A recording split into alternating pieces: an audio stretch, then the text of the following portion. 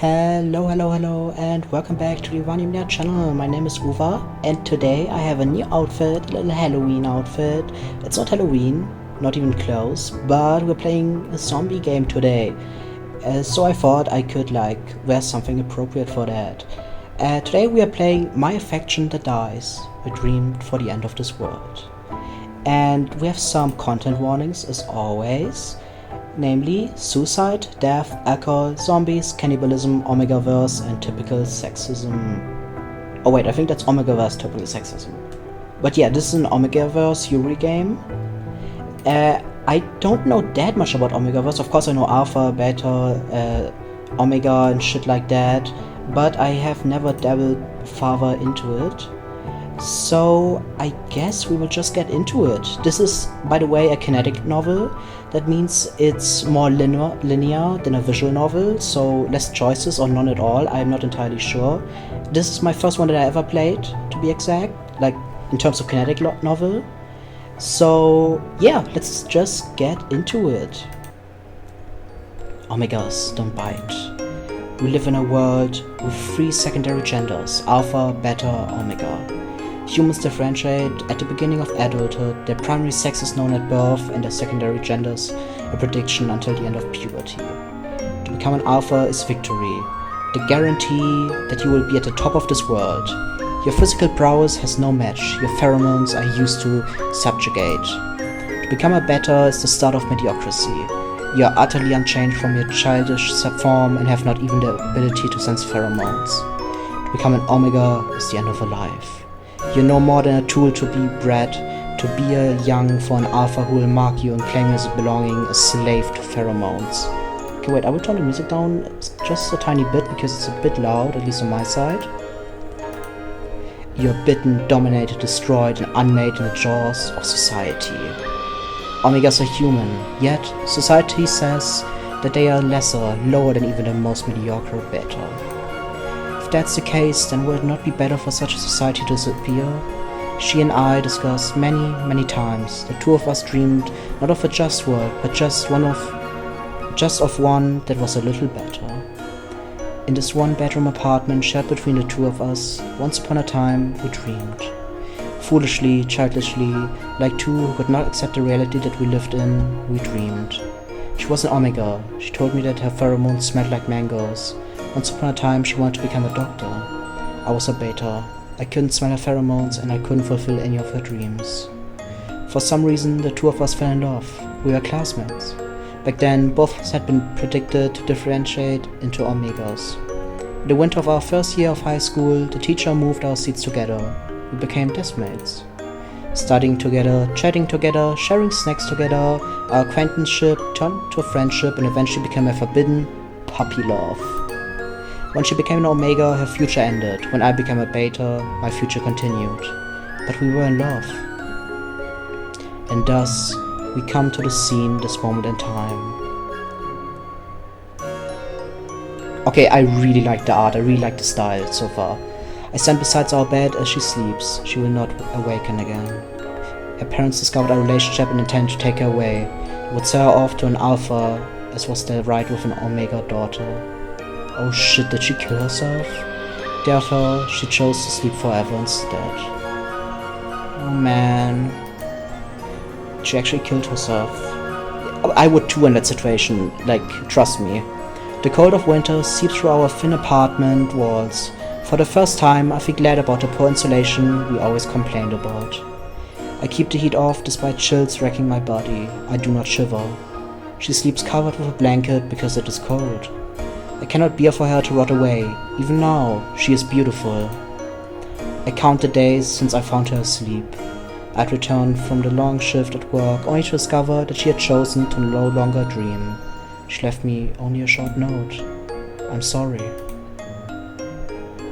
The TV plays the news in the background. She and I had debated for a long time whether to put the TV in the bedroom or the living room, but the ideas of movies in bed had ultimately won out.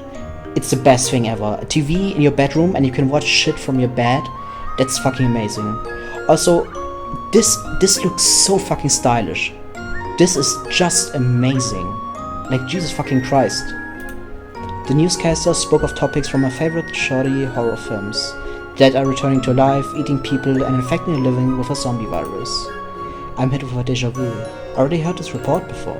Was it from yesterday or the day before? Perhaps the sound that reached my ears are no more than a recording. The newscaster warns the public to not go outside again and again. It matters not to me. I stay by her side. I do not sleep. I do not eat. I merely gaze upon her as the TV turns to noise. I'm afraid to touch her, to discover that her nimble fingers have turned stiff, that her warm skin has become cold, that the pallor of her skin is not just the lighting of a cheap bulb. She sleeps in our one-bedroom apartment as the world ends around us. For just a moment, I close my eyes. When I open them again, the TV has stopped. I think to myself that I should have put on a movie before the electricity cut out. The bathroom sink still works, so I wash my face with ice-cold water to wake myself up. As I do, I hear someone screaming outside. It doesn't matter. No insane person will go out and save them. Don't they know that zombies always follow noise in movies? I return to her bedside. She opens her eyes, but those eyes are not hers. Milky irises look towards me, stark blue veins feeding into them from her skin. Her eyes were the prettiest rose gold color and reflected an almost emerald hue in sunlight. Apparently, humans used to have eye colors like that, but we developed them along with secondary genders, as if an apology from fate. I call her name. Oh, the name is censored, damn. She does not recognize me.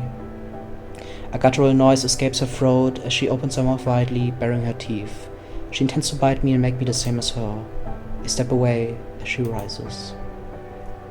She trips, tangled in the blankets I had placed over her, and stares at me with those milky eyes, unable to reach me. She blames me. She pleads me. I'm sorry. I can give her nothing. Running from the room, I flee from her wide eyes. My heart is still. I stare at the dirty ceiling of our living room and find a stain that reminds me of an old friend who I no longer call a friend. Thinking of that person, I go to our shelf of random things we couldn't bear to throw away. I dig through the shelves and find a gift set from that former friend. An SM kit with a stupid-looking leopard print handcuff and alpha muzzle made for sex offenders. So I'm not laughing at sex offenders, I'm laughing at the serious tone and then just a muzzle as sadomasochism kit. I assume, I'm not sure what SM stands for, but I assume that's it.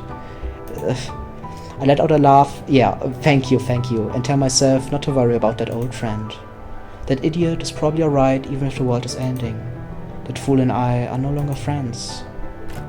I return to our room with the goods in hand, seeing her still entangled in the blankets, and tenderly place the muzzle upon her face. It looks actually kinda cute.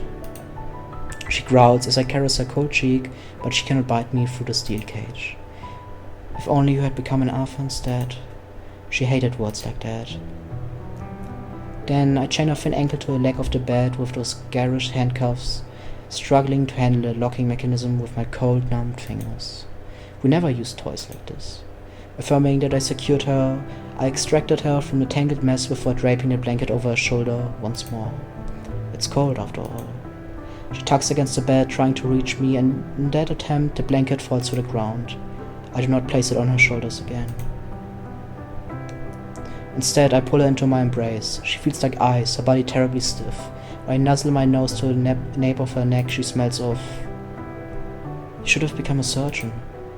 The rumble of her throat sounds so unlike her soft voice. He could have become a singer. When we were still in school, she refused to sing in front of others. Even if the whole class was going out for karaoke, she wouldn't take the mic. For the longest time, I thought she couldn't sing. Then it turned out that she was just shy, and she liked to sing in the shower. I loved her voice. I kissed the muzzle, my lips unable to reach hers. But even if we hadn't chosen to, we couldn't have. I think about what ifs. She could have found a cure to the zombie disease or even obtained superpowers from that zombie virus mutation like in a novel. I think about reality. She already chose to sleep forever. Thus, no matter what happens, she has no future. After holding her for a long time, I force myself to stand. The world twists, dizzling around me, and hunger finally catches up to me. I tell myself that if I'm to stay by her side, I must eat and rest. Reluctantly, I once again leave the room. Reaching the kitchen, I catalog what we have in our small one-bedroom apartment. 2 crates of bottled water. She had always been picky about the flavor of water, though we always boiled it anyway since we usually drank hot water. A couple cans of vodka seltzers in the fridge, lemon flavored. Ooh, that's good, I like that shit. A chunk of ground meat in the freezer. I have to use it sooner rather than later. Banana on the countertop from who knows when. A bunch of spices and sauces. An almost empty bag of rice. And my stash of instant noodles. A gas portable stove that we use for home hot pot. Vitamins. Sleeping pills. After eating the banana, I leave the kitchen and dig through our useful trash shelf for an old radio before returning to our room. She greets me with a growl. I'm back. I take a seat beside her and turn on the radio, only to find her attention shift to the staticky noise. I want her to pay attention to me. Do you remember when we were first assigned seats next to each other? I turn off the radio and speak. She looks again to me, rubbing against me, unable to remove the muzzle on her face. I'm pretty sure everyone in the class agreed that the teacher did it because both of us were supposed to differentiate to omegas. Omegas are rare after all, so just put both of them together, right? In the end, only you became one. 2 omegas can't be together, that's what everyone says, so I wanted for us to both become betas. We said that there's nothing wrong with being an omega, but omegas needed alpha pheromones to soothe them. Omegas have a physiological pheromone dependency that caused their health to deteriorate without soothing. Even with all those injections you took, you were still in pain every month. I couldn't help you at all. I couldn't even smell your pheromones. When I said that I wished I could become an alpha, you got mad at me. Don't look down on omegas. It's the world that's wrong for treating omegas like this. If omegas were given the same freedom as alphas, then there would already be better suppressant drugs. Omegas wouldn't need to suffer during the sensitive periods. Things like that, right? Hey, you should correct me because I know I said it wrong. Her throat vibrates against my shoulders as she growls. This world is ending. If you hadn't, then you could see this stupid world end. Did I do something wrong? Oh fuck. Sorry, I don't know why this is touching me so much. I didn't expect a fucking Omega-verse visual novel to actually make me cry, but I'm really crying right now. I'm crying so fucking much right now. This shit is touching me. Fuck. Okay. She does not respond to me. The days pass. Nothing new plays on the radio, the same recorded public service announcement, looping and looping and looping. I sit next to her and crack open the last can of alcohol. You like this flavor? The acidic lemon taste bubbles on my tongue with the carbonation of the drink. Despite the fridge having long been out of commission, the temperature outside keeps it cold. How many sleeping pills does it take to go to sleep forever? There's only one left in this container. Can't you leave something for me too? I place the can of alcohol on the ground and retrieve the bottle of sleeping pills from my pocket. I open the bottle, pop the single pill remaining in my mouth, and wash it down with lemon vodka seltzer. How come you weren't even allowed to apply to med school? No, I know. I chat with her until my mind grows hazy. She does not respond. Fuck. It's alright. It's just a visual novel. I wonder if the animal shelter is okay. I hope the kitties managed to escape. Should we have adopted one of them after all? I close my eyes. I do not dream. There's no longer... Oh, fuck! Shit! This is not what I wanted. There's no longer anything in this world left to dream about. She's no longer warm beside me. I wake and I lament. She says nothing. Her eyes do not see me. She is not here. Am I not allowed to join you? There's nothing left for me, right? Did you love me? Of course, I loved you, Link. I've gone mad. I uncover from the bed. The gaudy handcuffs were difficult to unlock them to lock. You're dead. You're no longer alive. I remove the muzzle from her face and caress her cheek, rubbing away at the red where the metal pressed into her skin. Then closing my eyes, I kiss her tenderly upon the lips. I love you. A tear rolls down my cheeks. Another follows, hot and wet. I cry and I kiss her. She does not respond. As I pull away from our kiss, she stared at me with the eyes of the dead and opens her mouth widely to devour me, for she is now a zombie. I lean in and expose my neck.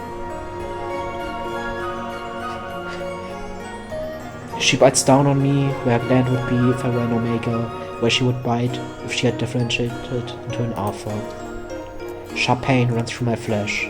I feel red dripping from my wounds as she devours me. My consciousness begins to warp. We had never been wrong to be what we were. Our dreams had always been for a different world, for this incorrect society to end. We didn't need to be born as different things. We just want to live in a better world. In that case, I'm happy that the world is ending. Thinking about her, I go to sleep forever by her side. I'm sorry. Fuck. Okay. I think this might be my favorite visual novel I've ever read. I know I said this about My Dear Darling or whatever. My Darling. I forgot the name already, I'm so stupid. But this touched me. I don't think I've cried at games before. Like at the Darling game, for example. But I haven't cried this much at anything game-wise. At all. It's just... the art was absolute peak. It was beautiful, it was stylized, it was experimental in a way, it was captivating. It just expressed so much feeling, so much emotion, so much raw emotion. The whole story did.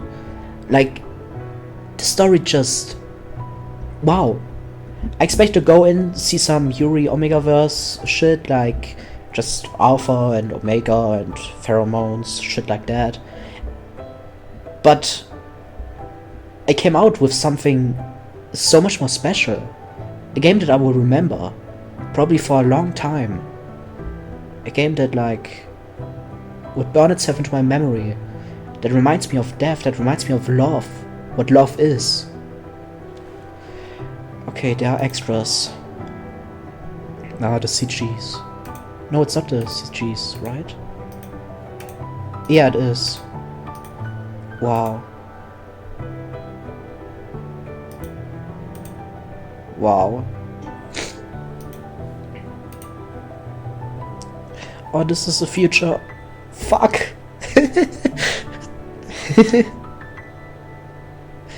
This is a future where we could have adopted a cat.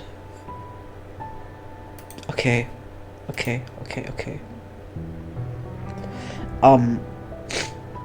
Thank you for watching. Thank you very much. I'm sorry for crying. I'm sorry if my voice sounds very nosy right now, because my nose is completely closed from all the snot from crying. I was Uva. I hope you enjoyed this game. I hope it will leave an impact on you as much as it did on me. And I will see you soon. Bye bye. And remember, like, tell someone you love that you love them, because one day it might be too late.